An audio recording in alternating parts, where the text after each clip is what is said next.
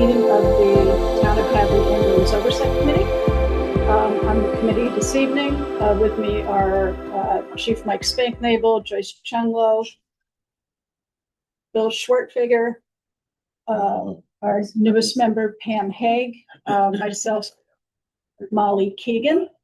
We'll go around later and do guest introductions. This is a hybrid meeting, and it is being recorded for Hadley Media. Okay, so very quickly, could we just go around the table? And so we have some extra guests from Action tonight. You want to start, Mike? Sure. Mike Warren for President and CEO for Action Ambulance. Dave Spafford, EMS Coordinator, Hadley Fire. Rob Blunt, CFO at Action Ambulance. Dave Tetrold, Action Ambulance.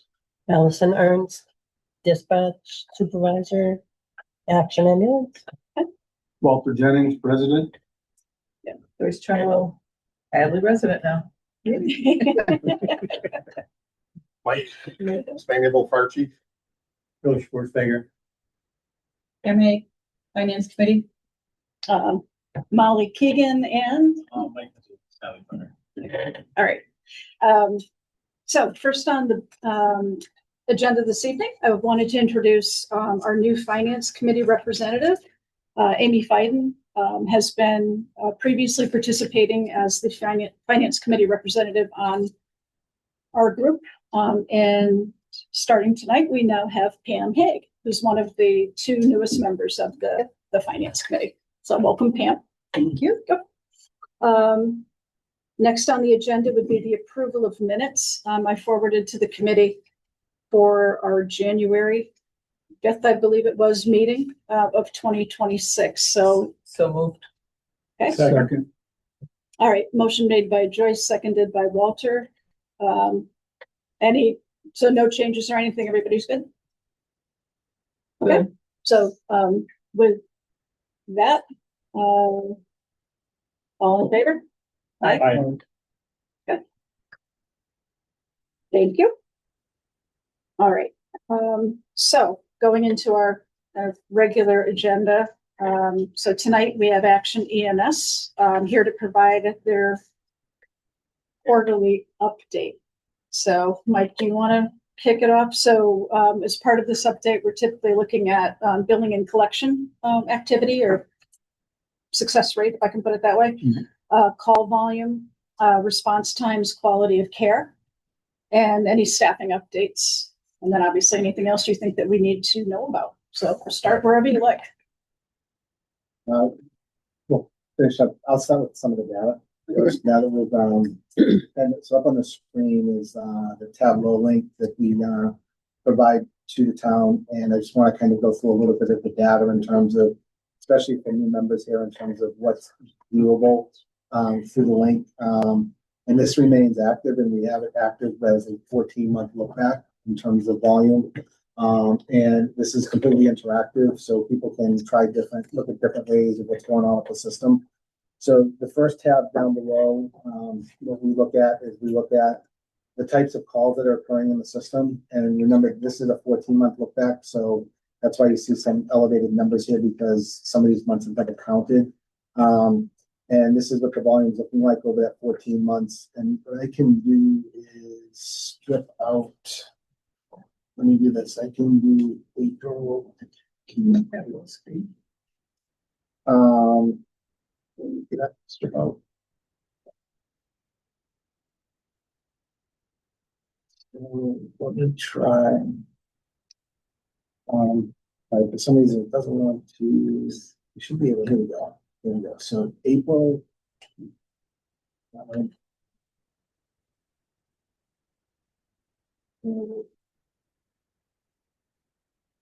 Just take a minute.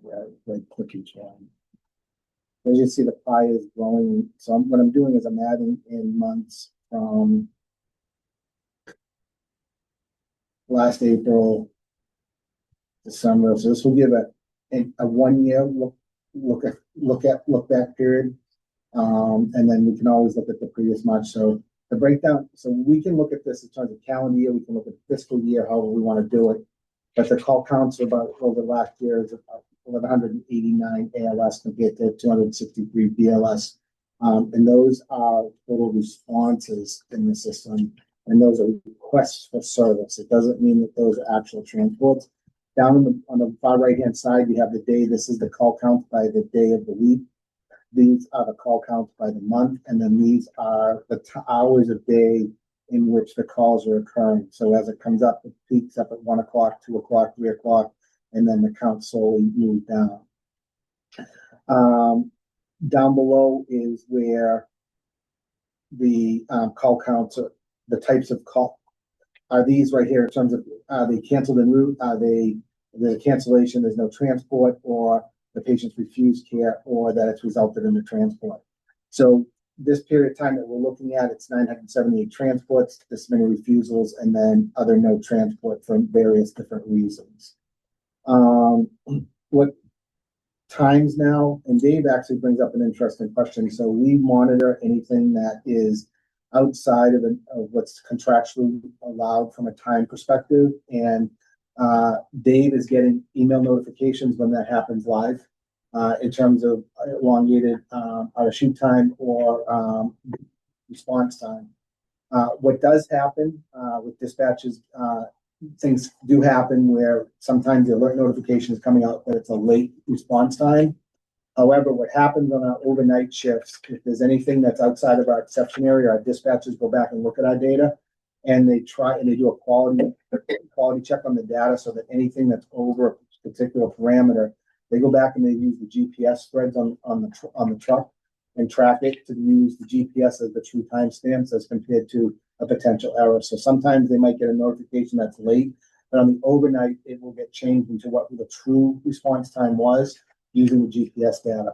So, and then what we'll see is that if those times are always elongated, like an 18-minute response time, a 12-minute response time, then the average numbers down here in these lower, this response time average, which is right here, shows 7 minutes and 50 seconds. That's where the number would be out of control if we had consistent elevated response times, right? So this is what the average is. Remember, that's the average. So, 6.87 seconds. So everything's running under 7.5 minutes from an average perspective. And this is the data that we're generating in terms of when we're getting notified of a call through our dispatch systems. Okay. So no crazy changes. There's no spikes in here. We do have a spike back in December in terms of a turnaround time.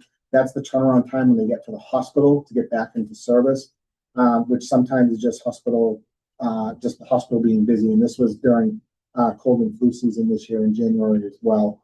So patients are sitting a little bit longer. Then we can also look at patient disposition in terms of where patients are going within the system. This is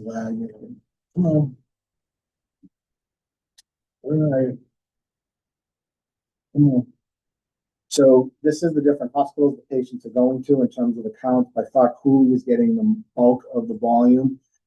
Very few patients, a total 66 over a 14-month period, ended up going to Bay State. Those are usually the highest acute cases, those trauma patients that end up going into Bay State. And then the others are typically some level of patient choice between Mercy, Holyoke, and a couple going to Franklin as well. We have the total service request by day down here, and then the hour requests as well. We also track all of the diagnosis data as well in terms of what type of things are happening in terms of complaints. By month, by total call volume, we've seen mostly is the highest level is musculoskeletal trauma. And then we end up having cardiac and respiratory combined being a large amount of volume as well within the system, especially within the elderly group as well. Are those dispatch complaints, or are those what? These are actual. Actual. Yeah, that are after it's all coded in our system. Yeah, it's not time of dispatch. Yeah. So we get the climbing wall down the street, Right. It's insane. Yes. The amount of patients that come out of there. Just crazy. Central Rock. Yes. Yeah. Exactly. Yeah. Leg fractures, arm fractures, ankles, knee dislocations. Probably second to that would be the skiing, right? Yes. We use a lot of fentanyl. at those locations. And so we also can monitor our practical response time, which is more of an indicator in terms of where those times are in terms of less than a minute up to and including those percentages as well. So all this data is readily available and everybody can click through at any point in time. The link has not changed. And the intent is for us to be transparent and open as the system continues to evolve. And then we will also, like at 15th of the month, you're getting an email of the previous months of calls too, of all the times as well. That's all being automated because I'm still getting that email. And Yeah, maybe it's going to Evan. Are you getting it, Dave? What's The that? 15th of the month. You're getting a report for I the am previous not. month I am not. because I'm still getting it. So I know that the system's sending it. So let me find out. Okay. Pam, did Amy forward Like the the- link to this for you? Yes. Okay. Yeah. And I'm gonna start checking those times now on. Yeah. Instead of going through our dispatch, it's Yeah. Just hit the easier. link. Exactly. So I'm happy to answer. Now, the other thing too that it will do is that this is a mapping system. So it will also map out all of the calls that are occurring and the locations within the community. You can break that down by month, by time of day. So if you want to look at all the calls that are occurring at the 1300 hour, this is where they're all occurring. Does that look familiar? Mhm. Right along 9, Route 9. right? So we can turn around and reset that with this arrow down here, reset view, and it will go back to all of the data inclusive. So you can drill down into this if you want to get right down into a neighborhood if you want. So all of that's readily available. So Are there any trends that you Yes. want to highlight for us? Or? So with the construction on Route 9, the amount of motor vehicle contacts are way down, or they're much lower velocity accidents that are occurring in the system. I know years ago, I think we're known as the highest per capita income motor vehicle accident community in the state. That is changing now. That has to be going down. It is starting to go up again. Oh, it's starting to go up again? Yes. Because what we're seeing is a lot of cancellation and move to motor vehicle accidents now. We're not seeing the transport rate that we did a few years ago. We're continuing to see very high volume at the rock climbing, like those musculoskeletal traumas that we just talked about, but also at the end of Route 9 down by the shelter area as well. That volume is staying very, very high, 1 to 2 a day. The mall has been very consistent. The roller rink are there quite often for middle-aged folks trying to roller skate and breaking wrists and ankles. Believe it or not, it's not usually kids. So that's pretty substantial, the number of calls that we have there. And then the Vesta homes and Hadley Lane or the point now. Yeah. Those are our biggest users. We should see a decrease now. Craig's doors is now officially closed. I was notified that they are done, so I'm not sure where they're going. So they're probably in the woods behind Stop and Shop again. So we will probably see an uptick in there. Usually we have our summer campouts behind Big Y, so we may have the potential of that. And I don't know what their plan is, what they're looking to do in the fall again. I don't know if they have a. They were looking for alternative space. They had a discussion with us on that, and we really didn't have an alternative for them because we don't have a space that's sprinklered. Because I know they were looking at Nights In, but that would be a change of use for that. They were also looking in Amherst and, other area communities as well. The other thing that you should be aware of is construction on Route 9 is starting back up next week, I think, right? Today. And Bay, Okay. and Oh, Bay yeah, Road, We're out there right. today. and Bay Road. And Bay Road. Bay So Road Bridge. we'll be Bay going Road back Bridge to is gonna be. lane closures and all that good stuff. Okay. Future development. Or shovel-ready project, anything in terms of other housing complexes, anything being planned? Yes, but nothing that's going to be open and inhabited until at the earliest 2027. Okay. And right now that the only one that's actually technically underway is the Parmar over 55 apartment housing, which is going to be built. We still call it the Hadley Village Barn Shops, but it's that first, when you come over the Coolidge Bridge, right-hand side, go past the Pride Station. Where And- Manny's is. Yeah, and then, so right there, you'll see that there's been a building taken down, and that's where new construction will go in. We also have the residences. It's a extended stay. They are in the process of sprinklering the building, so that will then allow them to truly utilize that as extended stays. You might see an uptick in students renting that space, or it's 30 days or more. So we'll see what happens. The old Howard Drive. I'm not sure what the time frame is for. I know Condo Watch, they're looking to get started right away. I don't know what their time frame is, if it's actually through 2027 or if they're trying to get it done this year. Because I know they want to start in April. Yeah, they're starting in April. I was under the impression that they didn't think they would be able to have any residents until 2027. That'll be lovely. Yeah.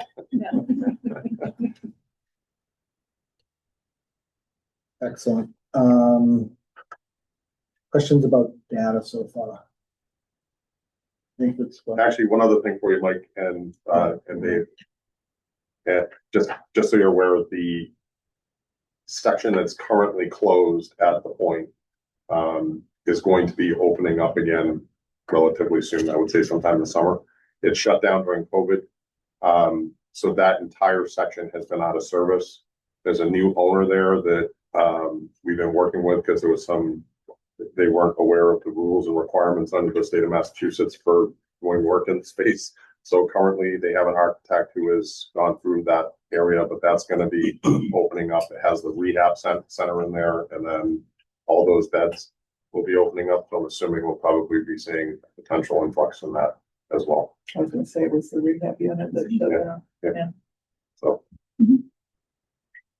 Any discussion about, in terms of the data response time, is there anything that we need to talk about from either side of it? Any concerns on your end, or Mike, any concerns from Hadley's end? nothing, just stuff I would talk with Dave about as a supervisor, just ongoing stuff for care of the North Station, things like that. So nothing to report to the committee. The response times itself. Correct. Yeah. And then Dave gets I get all the emails, I ship them to Dave. Dave confirms with our dispatch. All the ones that were shipped to me this month all turned out to be just. They usually are. They're usually not. They're not an issue. Or it's a weather event, or all the way at the South Hadley up on top of the mountain, so it's impossible to get there in 10 minutes. And one thing I think to help with this also is that Fire Department's on First Do, which is a software product that we can theoretically log into if we're given user access. We can put a tablet in the ambulance, and then that ambulance will get the GPS tracking that the fire apparatus will see. And anyone in the surrounding communities that have these sharing their data with will see the location of the truck as well. I told them to reach out to Mike and to Kyle on that one. And we'll get that. We're starting to put that into almost all of our trucks that are on First Do, and so many departments are on First Do now. called First Do. Yeah. DUE. Yeah.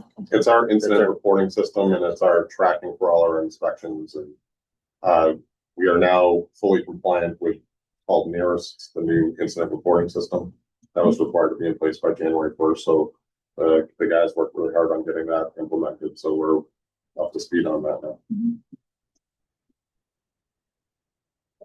Any quality just related to call on or response times, any quality of care issues that we need to be discussing, or no? Not currently, no.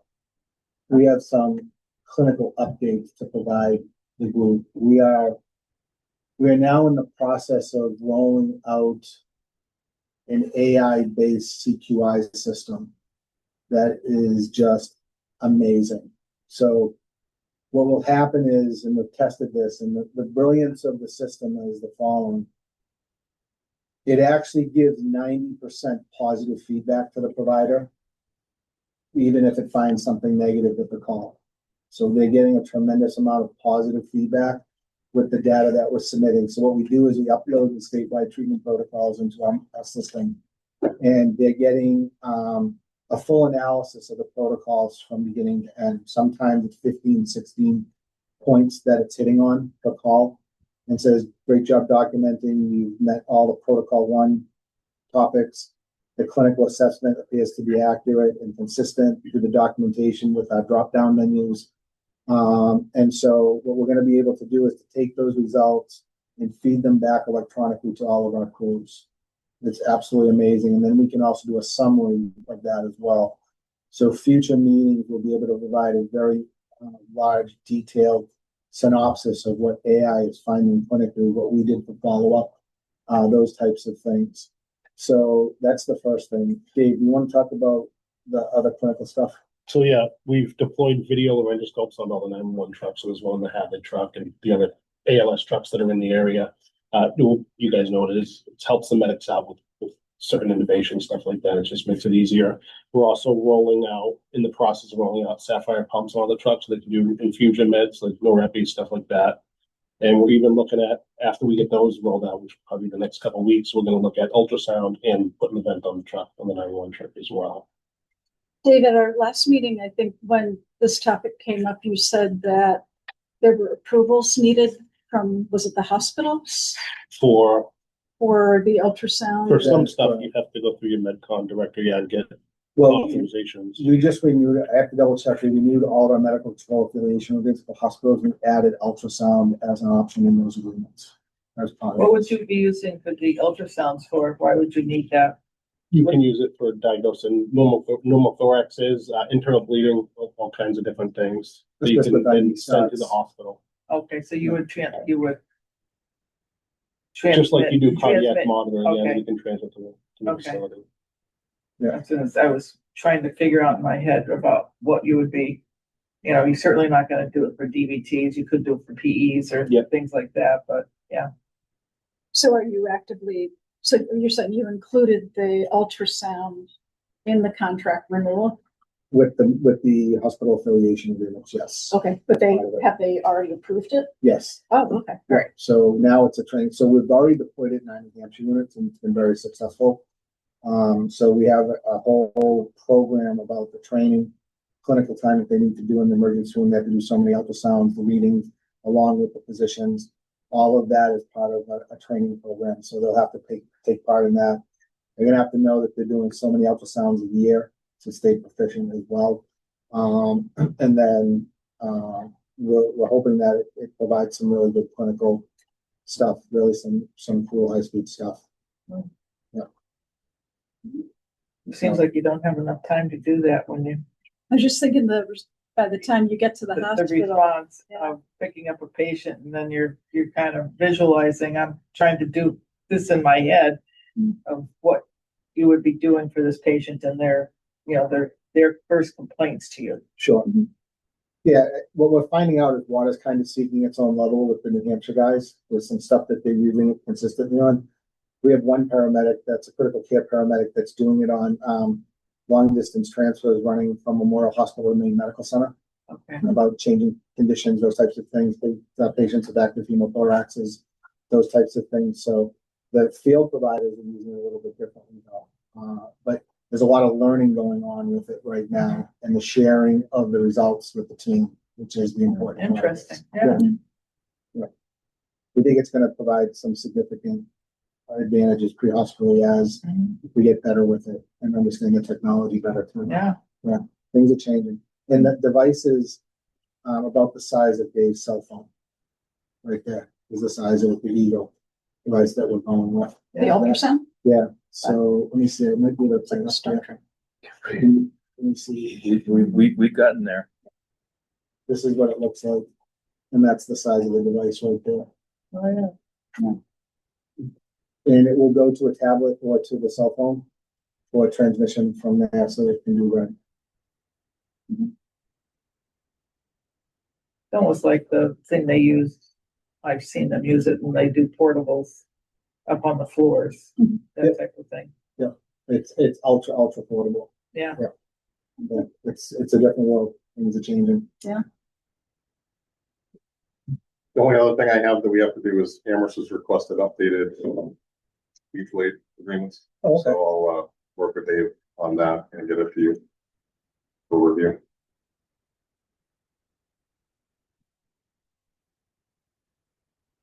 Okay. Anything else on the response times or the clinical side before we get into, I think, the other topics, the billing and collections? Okay. Yeah. Okay. Do you want to get into billing and collections? Is that you, Robert? Sure. So I'll start off just with the general, so the good news that everyone always likes to hear. See, town is trending towards a full rebate, just like we've done for the last several years. So that'll be $150,000 based off of current billings and collections through December 31st. That was the most recent data I had available for this, because that allowed time for December transports to have been collected by now. And just so you know, what we do is from July 1st through June 30th to end the fiscal year, we look at transports during that time frame, and then all cash collections into the system through the end of September. So there's a 3-month look back period to allow for collections for, a transport that happens on June 30th of the year. So this is where the town can get credit for those transports.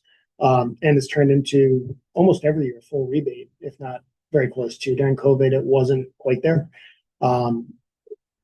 You're still in rebate position that entire time. I do medical billing, so I totally understand the RCM side. All right. So from a billing perspective, we're trending towards about $1.5 million for the year. And on a collection perspective, it's trending towards somewhere between $900,000 and $1 million of cash coming into the system in total.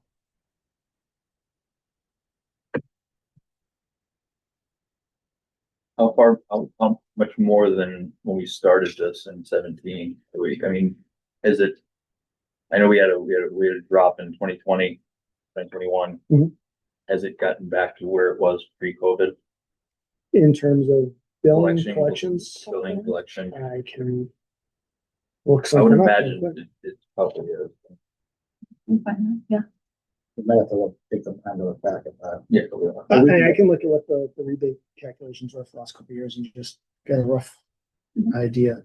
Yeah, to go back to 17, we might have to Right. blow some dust off, but we've got the data though. So the first year of the contract, I blew the dust off. Billings were about 800, just under 900,000. Cash that came in by the end, once we did the full 15-month look back, was just over 700,000. The second year was 810,000 with 570,000 in collections. Then we started going into COVID, 717,000 with just over $500,000, 535,000 of collections. Coming out of COVID, just under $1.1 million with over 800,000. 23-24 was $1.5 million, 740,000. And last year was $1.2 million with 825,000. So this year it's still trending up in terms of total billing and cash collections. Obviously, these are numbers based off of really 6 months worth of transport, so it can still flux either way, but both are trending up. And you're getting like COLA increases for Medicare each year. Yeah. That 2-ish to 3 small, but that all does add to it each year. You think about it. It could have gone the other way. Yeah. We have gone -1. Yeah. Yeah. All -1. But So, then factors that, and, we hear collection rates being thrown around. I think they're different metrics, if you will, when people talk about, so when you guys are talking about your measurement of success, if I can put it that way, relative to collections, can you describe what it is exactly that you're looking at? So our collections, it's based off of cash actually in the door. Be it, however it comes to us, cash, ACH, credit card, versus what the net billings were for the year. That's how I would define our true success rate, whatever comes in. From our perspective, to put bluntly, I'd say we're successful if the cash that comes into the system is in a rebate position, because that means that not only are we rebating back to the town, but we've also been able to cover our costs. If we're not in a rebate position, then we've never been at that point, then it's, I would argue that the success it's not as successful because, we're trying to cover our costs at that point. Is there a way to track if or what town residents are being billed above and beyond their insurance? Like if they have a discrepancy between what their insurance pays and what's owed to you guys. So if they have a balance after insurance is paid. Correct. Deductibles, the co-pays. I don't know how to. And next part of that question would be, piece. have we had any people file for abatements through you guys for their ambulance bills? Holistically, I'll say there probably have been. I can't say for certain. Okay. Our billing office, our collections manager, he works with patients every day, fielding phone calls to work with them to say, hey, we offer hardships for people. Oftentimes, if somebody doesn't have the wherewithal to pay their bill, they'll work with them to come up with an appropriate solution. It could be at a Medicare rate or even a Medicaid rate, if that's what they're able to afford. He does work with, people can apply for like a hardship arrangement where, hey, I'll pay you, $20 a month for however long, the next, 3 months, 6 years, whatever it is. 6 years is kind of expensive. That's not a realistic number. It might be over a 12-month period that he'll work with someone to come up with an acceptable solution. But specific to Hadley, off the top of my head, I don't know. But that's something that happens across. That actually goes through the committee. So if there is a request for an abatement, it's in the contract that we would get together, have that discussion and make the determination if we want to abate it. Now, Dave brings up an interesting point, because what we've found out is that our invoicing system is very poor. It just gives antiquated, very antiquated. So as recently as the end of last week, we started working with them to be able to provide more detail on that invoice to say, this is the original cost, this is the allowable cost, this is your deductible, this is how much you've spent on your deductible so far, this is what's ultimately owed. So what we're finding out is that lack of information is really confusing to people because they don't know where their claims sit in the system.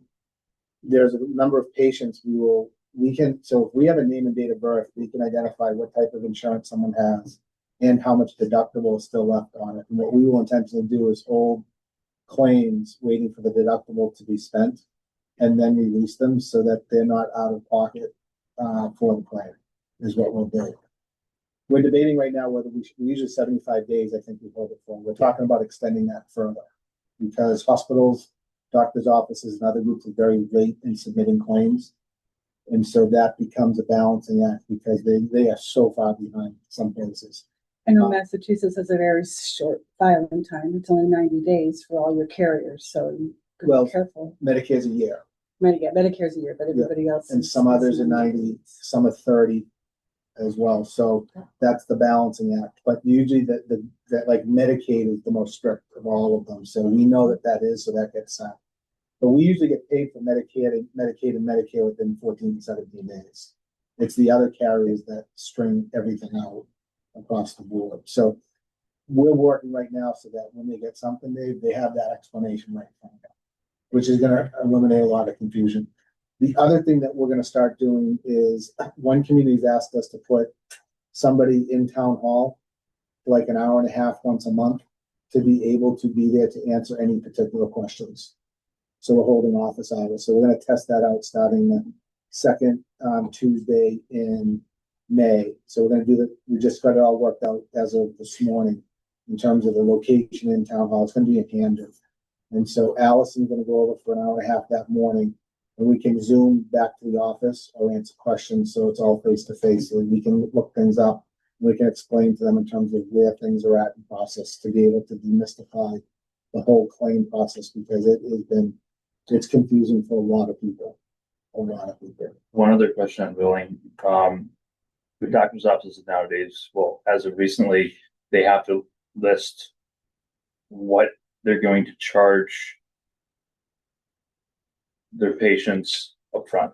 to no surprise. Yes, Yes. yes. Now, is that gonna affect the ambulance? We are exempt from that at this point in time, because there's no way to figure it out yet, because it's an emergent situation Okay. most of the time. Okay. Even hospital stuff is usually last minute Right. as well, so they don't know how to handle us as an industry right now, so that's why we're exempt. What's your percentage of write-offs, bad debt? You guys know what that is? Overall, we end up writing off somewhere between 19 and 22% of our total billing. And that's just consistent year to year. It's been in that. Is that range. an EMS norm? Because on my side, like I do anesthesia billing and it's like 4%. So that seems really high to me, but is that a norm for your industry? What we find is when people get an ambulance bill, they don't pay. Especially if what we end up writing off, the majority of it is, people don't want to pay their deductible, right? They don't want to pay their copay, or the people who don't have insurance overall, but they have the financial ability to pay the bill. They just don't want to pay. Charlie in our office fields calls regularly from people saying, hey, I'm looking to refinance my house, and I see that there was this bill there from years ago. Can I clear that up? That's when people decide they want to pay. A lot of times insurance will assign the deductible and say, you're responsible for the first $1,000, whatever. And the person just, great, I'm not paying. Deductibles are going up and up and up. So, And that's where we find the majority of that 20% comes from. We don't seem to have much issue collecting on the Medicare deductibles, which we're required to bill. And we'll work with people on those too, but that's the generation they get a bill, they pay it. Yeah. Yeah. Are you contracted with all of the different insurances? No. The only one that we're contracted for is Blue Cross, and Medicare is the Medicaid, all of the Medicare, Medicaid, HMO plans, which is typically in the system 75+%, 80%. Yeah, Charlie sent me some reports and I saw most of your stuff is Medicare, Medicaid. That's so Yeah. 55 to 65% of the users are seniors of the system, and then of that percentage, that's why there are people on those like the Romney Care plans, connector plans, all reimbursing Medicaid, Medicare rates. Yeah. So we air shift to the commercials like most organizations do.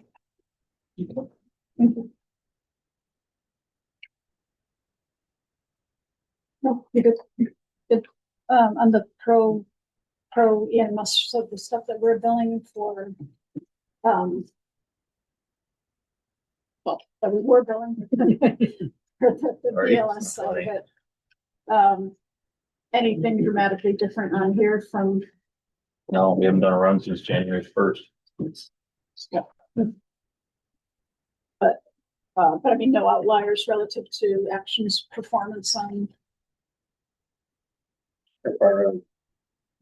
pro EMS, what they were doing in terms of collections relative to Action's actual experience.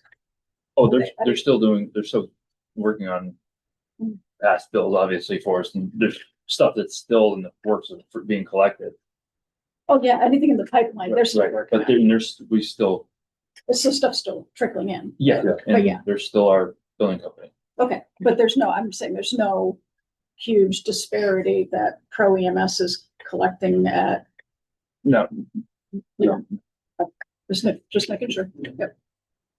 All right, I didn't know, like, when you threw in the action in there, I was a little confused. Gotcha. But yes, now everything is status quo. Yeah. And Pam, because you're new, I just want to respect the fact that you may have, most of us have been here for a while, but I mean, are there additional questions that you want to ask them about the finances, the billing, the drivers to? Yeah, at this point, I'm gonna get my feel for it first and I'll probably come back next time. Okay. So anything else you think that we need to know about the financials then? So the good news is we're on track to pay zero for your services. Okay.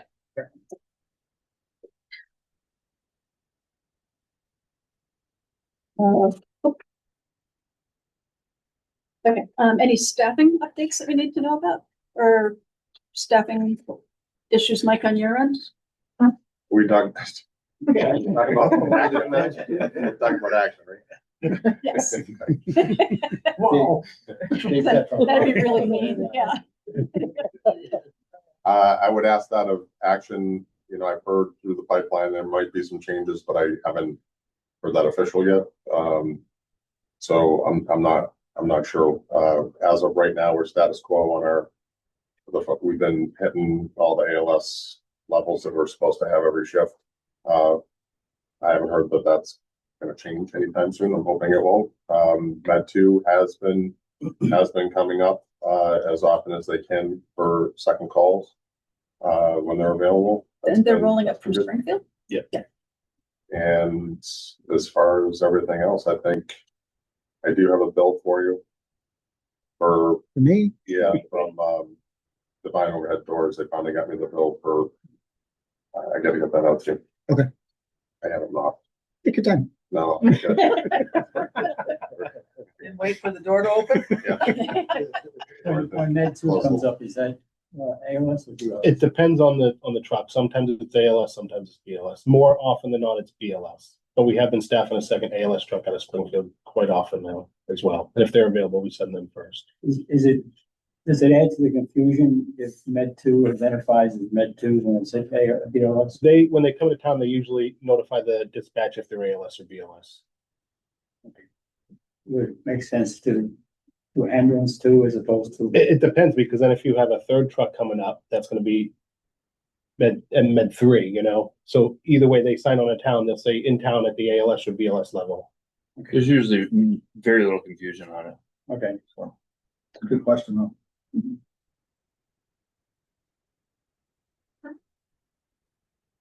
Okay, so next on the agenda, impact of FY 26 budget cuts on ambulance coverage. Just put it on the agenda. I think everybody knows that obviously with the reduction in Hadley staffing, that the BLS ambulance at this point, when you tell us the other night, like maybe it's gone out twice since the reduction in. Once since Once. January. Yeah. Twice. 3 times it went out with one transport. Okay, sorry. Got it, okay, all right. So, I mean, at this point, it's basically not in service, right? It's in service. It's ready to go. It's just not going out the door. Which, I mean, So we have to keep it up to date. We can't, it has to be inspected. We have to make sure everything's good in it because we have our license is up, coming up. in August. So next month I have to start working on the licensing application for that in Engine 4. They're both BLS. At this point, I'm kind of thinking Engine 4. That's very rarely used as well. So why even have it as a BLS anyways? We have to do our drug license for the station. And then, there's some supplies that I have to get to keep it up to date, but so. And we're not going to be doing anything with that spare ambulance, right? We're not going to license it for a spare ambulance or anything like that, right? Not right now, no, not until we figure out where we're gonna be at. So we have, again, I had my finance committee presentation. So I was able to present them and the select board. I brought copies of what I presented to them, be happy to share with you all. There was some tough news for the fire department again. Some unexpected cuts to the already cut budget that I have to attempt to cover, which wasn't anticipated, which was a bit, it's going to be challenging. But you can see that if something doesn't happen with an override, I've made it very clear that we are at a critical level right now, and everybody's well aware of that. We can't maintain at the level that we're at. So again, they did do a hiring freeze lift so that we can bring on board a deputy chief. That's in the process right now. We received 3 applications that were valid for that. One of them I have to follow up on for where they live. That deputy chief's pay was originally under the wages full-time. That was pulled out at the request of the financial director, treasurer. So that's the median of that's the median average according to the wage survey that was done by the town of Hadley. And that includes, we're hoping we can get a paramedic on board because that would be critical for a response. So that includes a paramedic stipend. So again, we'll see what happens. Again, the wages full-time, there's two different numbers there. So the first one is where we're at right now. That's 5 employees. So that's each shift with one staff member, and then basically where we're at right now, including plus deputy. Mike, I think it would just maybe be helpful when you say like the first one and then say the number so people can find it on the spreadsheet. Oh, I'm sorry. So the FY 2027 requested current level. Yeah. That's basically where we're at today. So that's the 509. Correct. 509. Yes. Yeah. And then, so you can see that it was decided when we had our first finance meeting that we had 2 lines that went for the call force. So the call force has inspection station duty wages. That's for if they go out and do a public event, if they're here working on equipment, helping out at the station, if they're helping out with an inspection, whatever. And then we have their call force, which is their part-time wages, which includes their training and everything. So it was asked that we move that all into one line.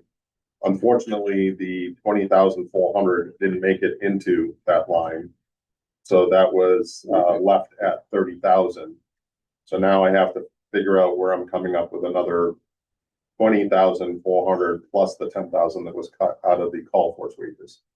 So I'm working on a solution for that. It's probably going to be moving money from expenses to salaries because apparently this is a balanced budget now. So that's what has to happen. Which I don't know what to say about it, but that's what happened. Again, the expense lines, everything you see on my expense lines is to the penny. I do not have any type of fluff in the budget. Every single bill that is paid out is tracked on an Excel spreadsheet for me. So I've been asked I have to find 48,500 out of my expenses. So I've asked the question, basically what we'll be doing is eliminating buying new turnout gear this year. We normally have 5 sets of turnout gear or 4 sets of turnout gear that we purchase and equipment so that we stay up to date. We do it on a rotating cycle so that we didn't have to come to the town for, $190,000 ask to update everybody's turnout gear, which probably wouldn't cover what we would need anyways nowadays. That was back in the day. I cover, again, all the fire equipment radios, the repairs, the maintenance, the rental agreement that you see for $108,300. That's to the penny of what it costs for us to have all the radios for police, fire, our ambulance, for the DPW.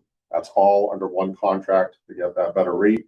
But again, I was provided $98,500 for that again. So I have to go through here and try and find ways to cut our engine, ladder, ambulance testing line. So our trucks going out every year to be certified, pump tests, ladder tests, and now the addition of an ambulance to this because our ambulance budget was completely eliminated. I requested 55,000 and I actually was cut 10,000 as part of FY26 budget. And you can see that's still at that, it's at 40,000. So still shy there. I have not been able to inspect the ladder truck this year as we don't have it in the budget. So our ladder truck has not been certified this year, which can potentially impact our ISO rating because I'm supposed to provide documentation to them of the annual inspections.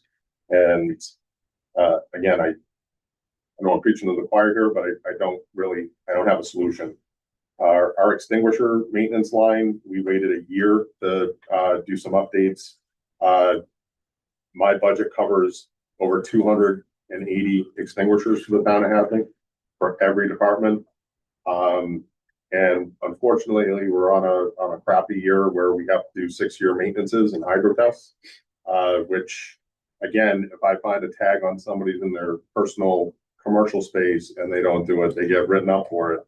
And we had the entire Hopkins Academy had to wait because we just didn't have the funding to do it. So now that's been updated this year, but that has completely eliminated that budget, plus probably around $10,000, which I have to, keep other lines not expended in order to cover that.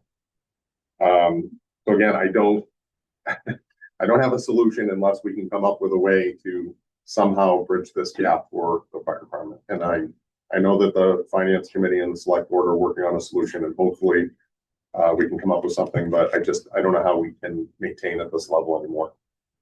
My guys are all working as hard as they can, but it's extremely difficult with just one person per shift. Our overtime is going to be horrendous if we don't fix this. And our guys are tired. They can't come in all the time to cover if somebody goes out sick. I'm coming in all the time. I'm actually on duty during the day in an effort to, keep overtime down. So if somebody can't work the day shift and we can't fill it, I'll cover it, which then takes me out of being able to do my inspections, plan reviews, which my deputy used to be able to help me with, which I now don't have, which has in turn just gotten us farther and farther behind. So I am hoping we can figure something out. And Mike, at one point we had talked about the possibility of going back to call force only during certain hours. What call force? No, Holy shit. I'm asking. It's past half an hour, I can say shit. Yeah. So the call force, at one point in time, we didn't have fire department coverage during certain hours. We had talked about the possibility of going back to call force only during quote unquote off peak hours. You decided not to do that. So I'm sometimes ask questions so the information gets out, right? So can you explain why?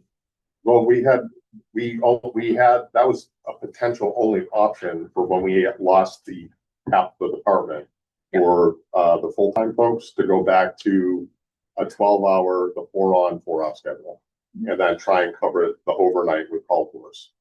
The union, we met and bargained with the union, and we probably would have lost the rest of the department, first of all, but that was not something nor they were willing to bargain, because we felt it was critical for us to have somebody in the station to be responding with something initially.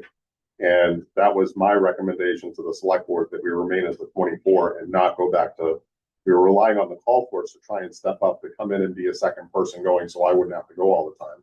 But I can tell you, looking at those numbers, unless it's a major incident and we're fortunate enough that they're available, we're not seeing that response overnight for the fire alarms and everything else. That's why we changed to this model, is I couldn't keep going out every night. And we weren't willing to do that again. I wasn't capable or willing to do that again, unless you wanted me to retire to a mental health facility a lot earlier. So it's a safety issue, totally all around, 24/7. It's a safety issue in this department. And if people don't start waking up in this town and understand you can't run a fire department on just one person in here, you're just running people ragged, and it's just not safe, period. It's insane. It's just not even fathoming. We're a month plus a few days till town meeting. There is no plan out here that people are grabbing. They're unaware of anything, of even a mention of any override at this point, which something should be out there at this point, so that it can be talked up or talked down or whatever, and it's not there. Yeah. And Well, people in the community, from what I'm hearing, would approach me, well, what are they going to do? I says, I don't know what they're going to do. Nobody has made any decisions what they're going to do, and they're only a month away from town meeting. Yeah. So Wednesday night. South Hadley has a $9 and $11 million overrides going. Have your choice, 9 or 11.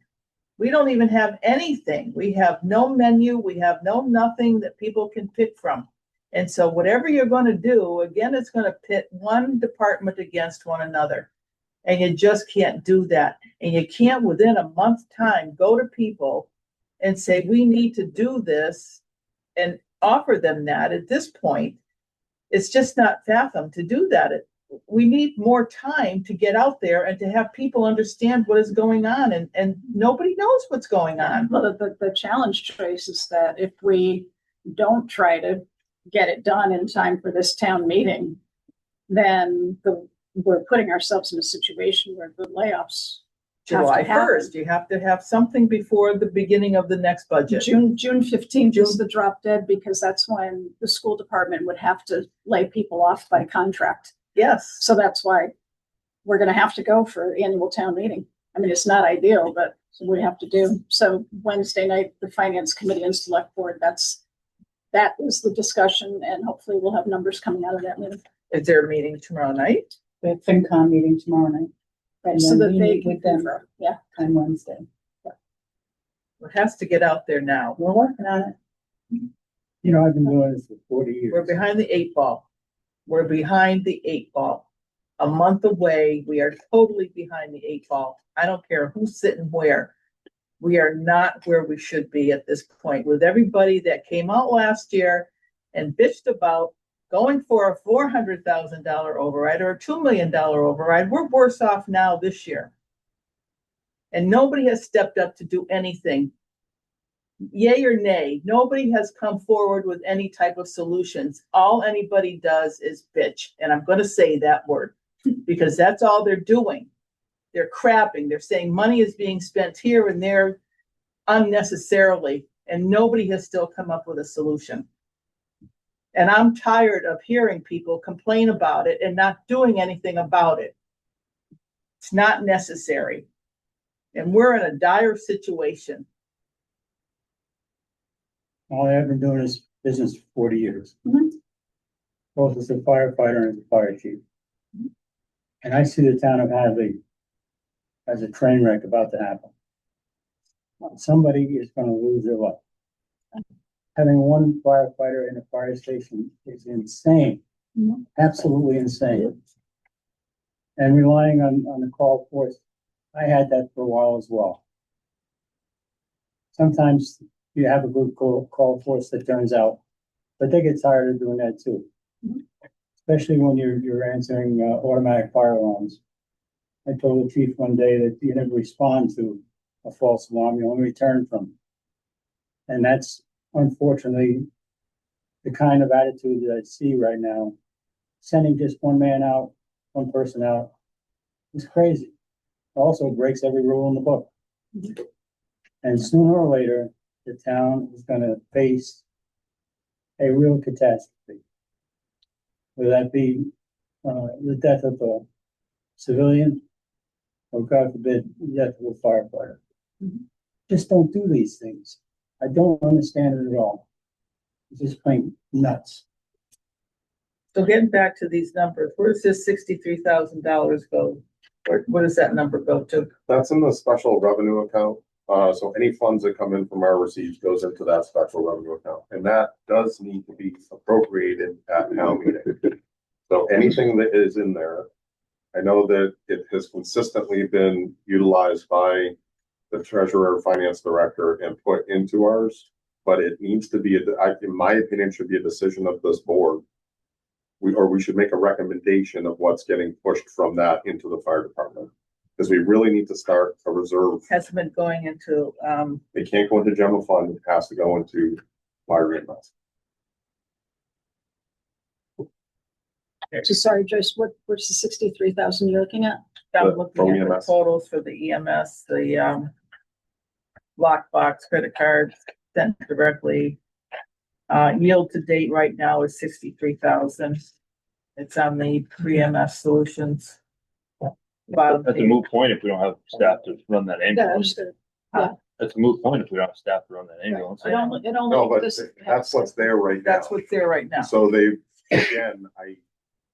we discussed this since day one with action moving into the station. With the rebate on the ambulance.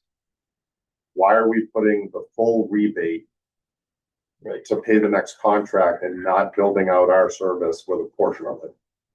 Because, you know, if we all remember, Amherst was gonna charge us $355,000 the first year, and then it was going up to who knows what No, it was actually $525. for the second year. I think the first year they were giving us a deal because we couldn't afford it, Oh, yeah, just to 363. stay with them. Yeah. Nice. With no ambulance in the station, no improved response times, no, you know, system like we have set up right now, but we had discussed since day one of, because the first year we brought the full $299,000 or 267,000 in. Yeah. That full rebate came back in. That was all budgeted and paid out by the town of Hadley. And there was some discussions on taking a portion of that, putting it into a special revenue account to designate it to, you know, to the fire department, because we respond to all these medical calls.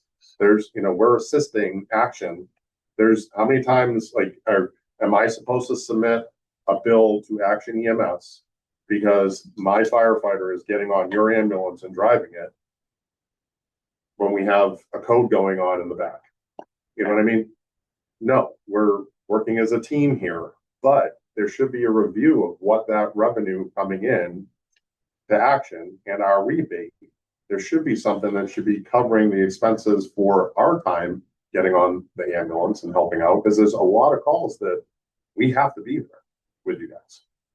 When it's winter time and there's a 300-pound person on a, you know, you can't do it with two people, or the stair chair coming down the stairs or whatever. It's, you know, it's always been the team approach for us. And I just think we really, really need to take a look at the special revenue account, the money that we're bringing in, and making sure that we're putting together a good plan for its use and not just dumping it in to the budget just to try and decrease what, you know, what we have to pay, come up with. And it would be projecting out to the residents that we're trying to gain some revenue for the town by having a BLS ambulance, by having extra people on duty, and safety wise to covering the public safety, the fire.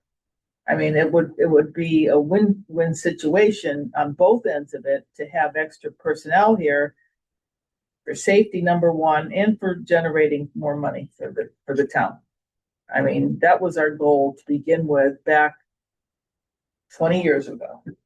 Was to move forward and to make us self-sufficient, but we're heading in the wrong direction as far as I can see right now. But that's what we should be projecting to the townspeople, is that we want to be as self-sufficient as best we can. And now we're starting all over again. The other concerns that we have is, you know, there's having one person on. So Dave and I are on shift today, and it's really difficult when, I mean, Dave went out, I want to say at least 4 times in a row, you know, fire back there 5. It makes it real difficult to get just all of your daily requirements done. So all the truck checks that are supposed to be done daily, making sure air packs are in the right place, that there's fuel in the trucks. We have a whole list of stuff that we're supposed to be doing on each truck, never mind training. How do you train by yourself? So all of our shifts right now are one person. I can't, in good conscience, ask them to go out and pull hose lines, take a hydrant by themselves, because I physically can't do it anymore with all the work that I'm trying to get done in the office. The EMS side of it, a bunch of us just had to keep our EMT basics. We have folks that have their paramedic licenses. They're doing research. We have updates coming up from the state that are due by June. You know, the new protocols, which are real heavy on the basic side. Our call force people have to maintain those as well. So there's so much that we need to get done. We don't have the bench strength, even with the call force with us. And I hate to say it, but our call force, there's a very specific group who are really making an effort to do it, but we don't have the 15 or 20 members anymore. We're lucky if we have 6 to 8. And a lot of them, they're business owners. They have businesses to run. They can't just drop everything that at a moment's notice and come in. We've been extremely fortunate at the time of day of one of some of the calls we've had, Yeah. where we've had people literally coming home from work or just happen to be in town. That has been such a savior to us. But the fact that they're showing up and they don't even have their turnout gear because they're driving by is, again, that's another concern. We have staff here that sits and waits for somebody to show up. We had to say no to our first mutual aid call to Northampton. I had a conversation with the chief of Northampton because he's asking, Mike, I'm just asking, I don't want to do it, but he's going to give us one more shot. We couldn't send our truck mutual aid. We had one person in the station. So we're not mutual anymore. Right. And unfortunately, there were no call force members available, and we couldn't get the truck out the door. You guys talk about this being a safety issue. I'm one person on. About a month ago, I was on duty. It was the nighttime, and I had really, really bad abdominal pain to the point where I was like doubled over. Back in the recliners are, and I was back and forth. What do? I'm the only one here. I can't leave. I need to leave. I ended up calling the ambulance because I was so sick. I couldn't drive home, and two, I couldn't stay here. So I called an ambulance. There was nobody to come in, nobody to cover me, and I just had to leave. So I'll give you 3 guesses who covered. Anybody? Anyone? You. MS. And that was 10 o'clock at night, 10:30, 11 o'clock at night, and you would think that we'd have a call person that would, no, they can't, because either they're taking care of their children or they're getting ready for work for the next morning, so. It's not like the old days anymore. And it's just, we're trying to make people understand in the town that you can't ring a bell and just go to the fire anymore. If you have to go to the station, you have to get your turnout gear, you have to get the truck, and you have to go that way to go to a fire or to go anywhere else. It's not just anybody just come from anywhere and just go to that place and go to the fire. They can't do it anymore. It's against the law. It's against, the fire. Judgment. It is judgment. You can't do that. And I just don't know how to get people to understand that. They're just so unrealistic that they think that we can do a call force. And, I appreciate the call force. I had a fire when my daughter was 9 months old. I had a chimney fire and she was asleep. And it was old Johnny Mitch came to the front door and he said, you got a stove? You got a stove? I said, no, I got a fireplace. I said, should I get the kid up? Jesus, get that kid out of the bed. I didn't think about anything but the smoke being in the house. So ran the kid next door. First time I met my neighbors, I said, here, I got a fire. And that was it. But that was a call for us. And you can't do that anymore. They just came from their businesses. And that just isn't realistic anymore. Well, so bottom line, all of this, we have to get the override through.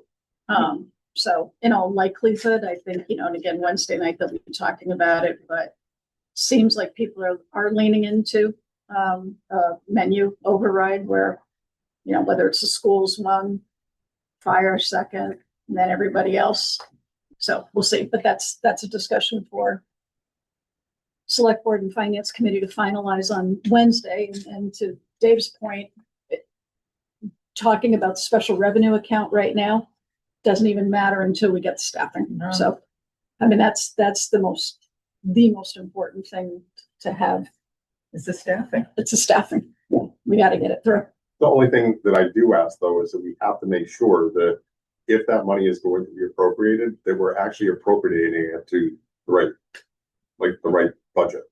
Because it was appropriated to the EMS line, which should have been the fire department line at that point. So I just want to make sure that if they decide to use this money, whatever's left, because there was a portion that was moved over, there was residual money in the EMS budget that wasn't used from the previous year. There was like 61,000 or something like that.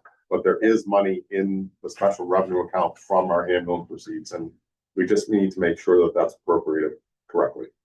That's all I'm saying, is that's all I'm asking. Does it make sense to have 2 line items? Salary items, EMS and fire?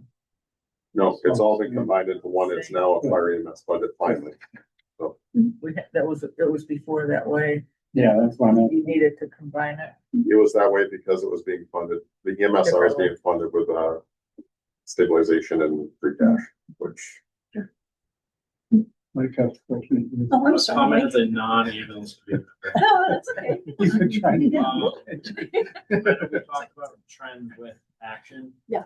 Just a trend that we've seen, with A1 not able to be staffed and with Med 2 coming up more frequently now, we've still seen about a 60% increase in mutual aid ambulances coming into Hadley. Yeah. I don't know if anyone's seen the news, but Hatfield had 2 failed overrides with funds going to the fire department. And now South County is charging them a bill. Right. Every time they get dispatched. It's Yeah. just something to keep on the radar. And I hate to say I was happy to see that article because I'm not happy to see that happening at all. But it was right after Mike brought that up, whether it was, I think it was select board meeting or finance committee meeting, and said it's going to happen. And I know that there were a couple of people present at the time who thought, yeah, okay, whatever, that's not going to happen. And like within 2 days, that hit the front page of the city and town section. So that's why I was happy to see it. It's like, no, this is real, people.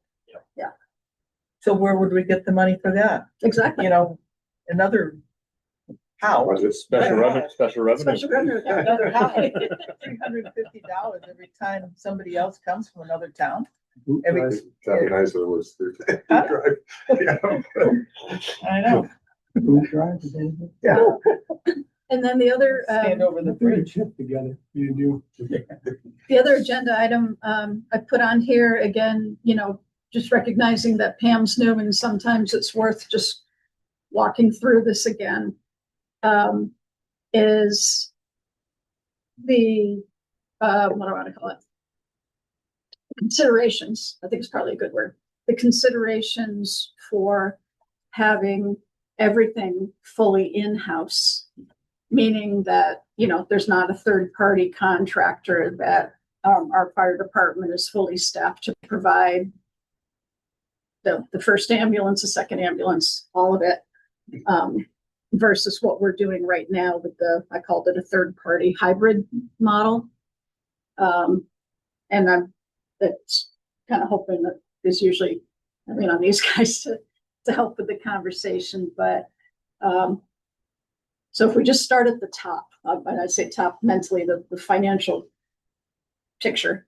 So there are differences when you say you have $1.5 million in billings, right? And your collections on that are the 900 and whatever thousand.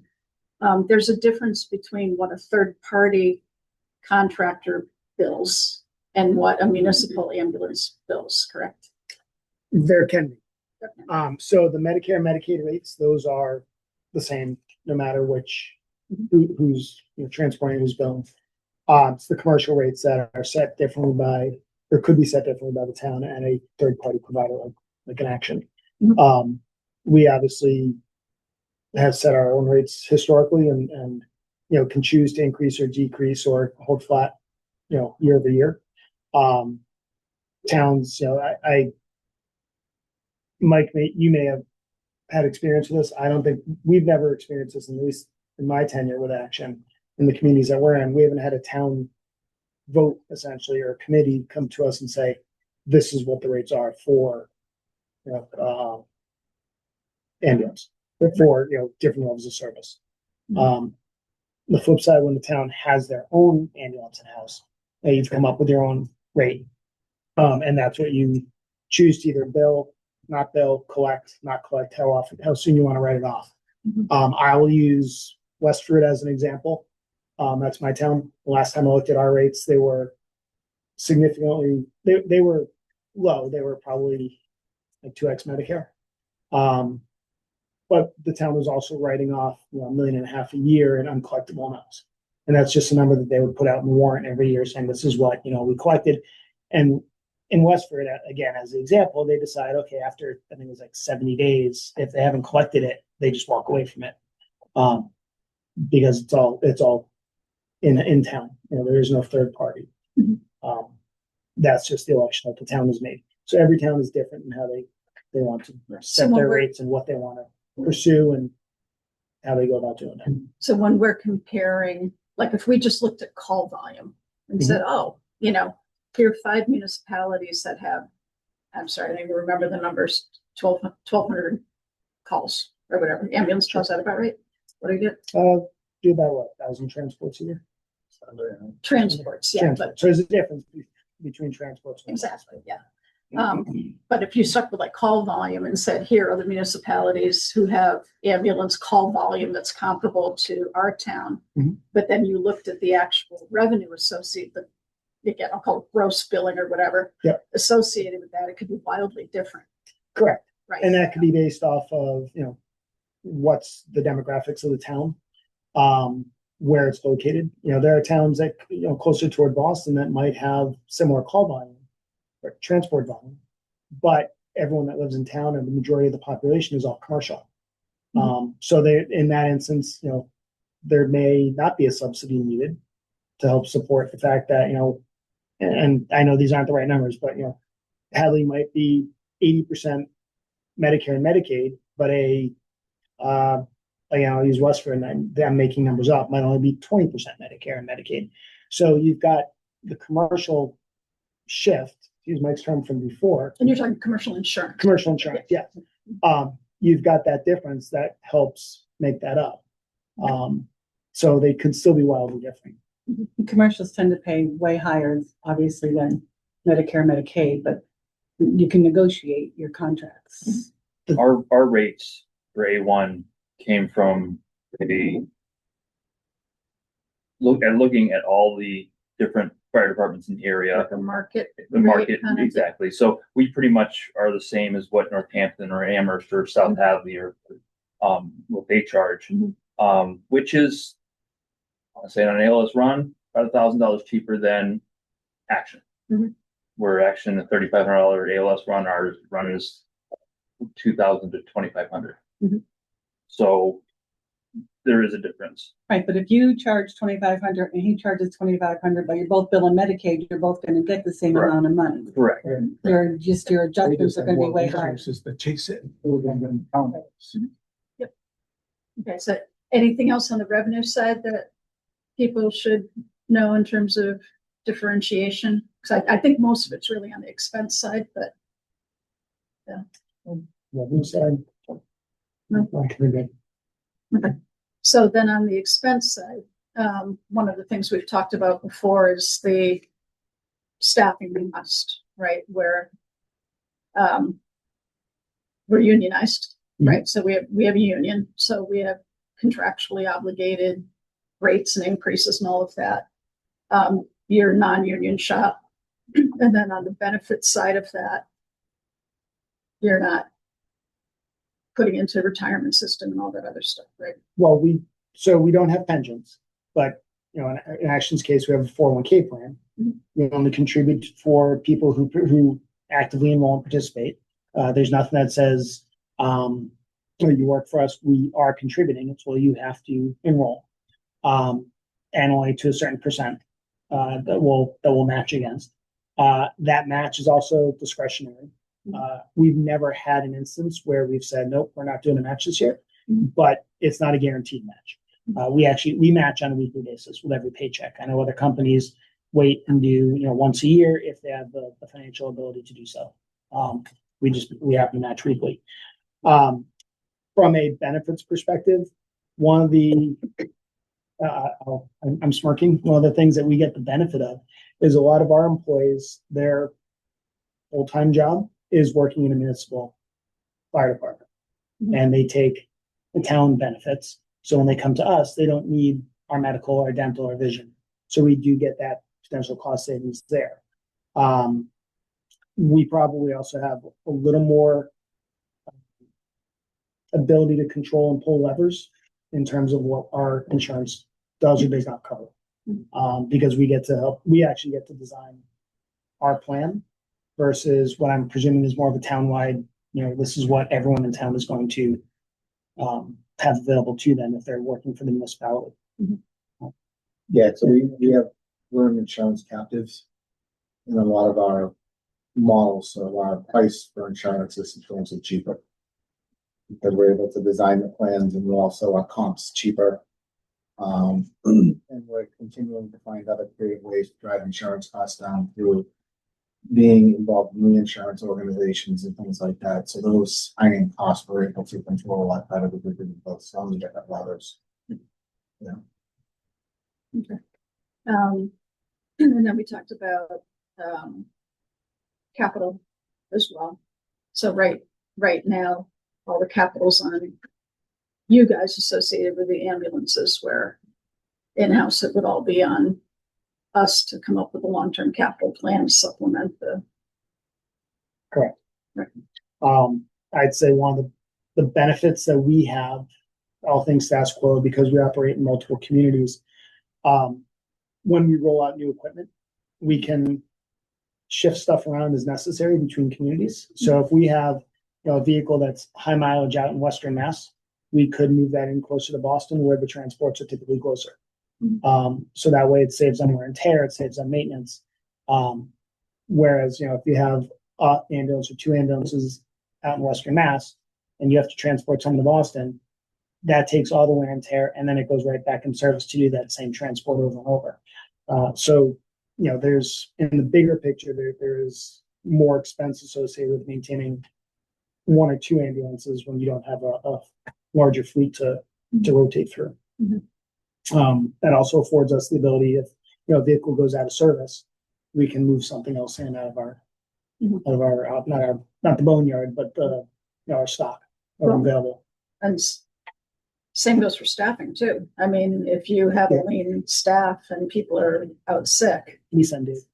we send Dave.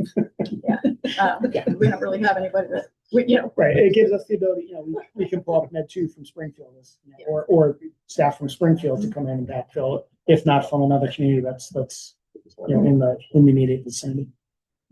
Or even from our Eastern Mass operations if we have to.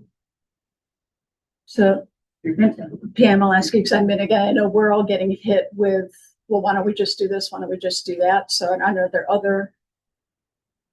I wanted you to have the benefit of just hearing about how some of their financial stuff works, which is different from ours. It's not like we could just take their P&L, right, fire them, and then say, okay, goody, look at here we're all Okay, set yeah. now. Because there's different cost structures and everything. absolutely. But are you hearing any other questions related to this that you'd want to? No, because I sat with Mike for a little bit, a couple weeks ago, a month ago or something, and we went through a lot of it. I got a lot of the background on where we are and why we're where we are right now. Yeah. So I'm okay, but yeah, I didn't even think of the staffing or the one or two ambulances versus a whole fleet. It definitely makes a difference. Yeah, you have 150 roughly running every day around the Commonwealth, or something like In that. terms of Just the size of your organization. employees, our certified staff is like 220. Mhm. Pretty wide. It's about 46-ish or something like that. And going to split the money around. Between New Hampshire and Mass. Okay. Wide open. Thank you. Any other questions for anybody? Anything for Dave or Allison? Allison's been very quiet. Yeah. Sure. Doesn't happen often, so let's take it. Enjoy it. Takes it all in. See, Is that typical? I'll take Huh? it. Is that typical? That she's quiet? that I'm quiet? No, not at all. She's saving it for the ride home, that's all. Well, we have no problem. Oh. Singing on the highway, back to Chickadee. Over the hill. Okay, Over the hills. so if nothing else, then Just no, one Mike. thing, Molly, Yeah. keep in mind with the Action version in-house. Yeah. Action is a single role EMS only, Right. whereas in-house, You're we're doing- firefighters, we're doing two jobs. Yeah. I think every fire we've had in town, Action Med One has been available, Mhm. come to the scene of the fire. Unfortunately, unable to help us doing anything fire related. Right, they're not pulling hoses and Correct. They are single role Yeah. EMS only. Yeah. No, that's a a huge pertinent difference point. between in-house and the third party. On the flip side though, if it's in-house only, and please correct me if I'm wrong. If it's in-house only and that ambulance has to leave the scene, well then one or two firefighters has to leave during an incident. Typically on a fire scene, your firefighters stay and you have mutual aid come in and cover your ambulance. Our ambulance, if we have a structure fire going on, our Action Med 1 is at the scene, dedicated to the scene. Yeah. And then we go to our mutual aid run cards, or our first call is to you to see if you have the ambulance available. So then if someone's injured on scene and you have transport, then it's again going down the run card, getting somebody to the scene. Yep. And backfilling. You'd be surprised what $900,000 would do to this fire department and what you would get for that $900,000 in-house. Again, I just want to make, people understand the differences because it's not just the 900,000. It's all the cost above and beyond that has to get added there as well. And so that's. Which are shared costs with the fire department equipment. So it's Yeah, the full-blown capital plan and all that, so. Okay, so please stay tuned to the meeting on Wednesday and see where we're at, and then it's gonna be pedal to the metal and try to get out the vote. Hopefully get the right answer this time. So why can't we take the 3% and stop CPA? What would be the, I'd like to know what the number would be of the 3% for the year out of CPA. Is it more beneficial to take that and put it into our working budget? The 3% instead of putting it into CPA where they're already over $2 million in that budget already? Yeah, I mean, we had that conversation last time, and the general consensus was to keep the So CPA. what is the number? How I much don't money would remember we how be able much. to generate 3% out of everybody's tax bill? I don't have it off the top of my head, Joyce. So I'd like to know that. Yeah, we can talk about it on Wednesday. So if you could bring that up, you can bring it up tomorrow at your meeting and see how much money it would generate. Mm-hmm. I know that we do get some money back for having that CPA and doing the 3%, but does it outweigh the fact instead of taking that 3% and putting it into the working budget? How much does that generate for us, period? That's a good question. Yeah, we was asked and answered at one of the forums. I just don't remember the numbers. Yeah, I don't know what the numbers are. It's just, I don't think I ever knew what the number would be, that 3%. Because we have to generate so much to get so much back from the state on that. Right, yeah, so we would lose the state match as part of the issue. Right. So, but how much do we actually generate? Right. Okay. I'll let you know. Because they're already over the 2 million over there, sitting there. Yeah. So I'm not worried about that sitting over there. I'm more worried about this over here, Exactly. Okay, motion to adjourn. So moved. Second. Okay, motion made by Walter, seconded by Joyce. All those in favor? Aye.